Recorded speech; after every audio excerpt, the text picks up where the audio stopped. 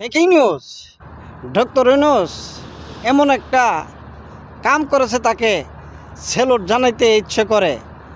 আজ এমন আইন করে দিয়েছে, বাংলাদেশে যে কোনো রাজনীতিবিদরা একবারের বেশি সে নির্বাচন করতে পারবে না।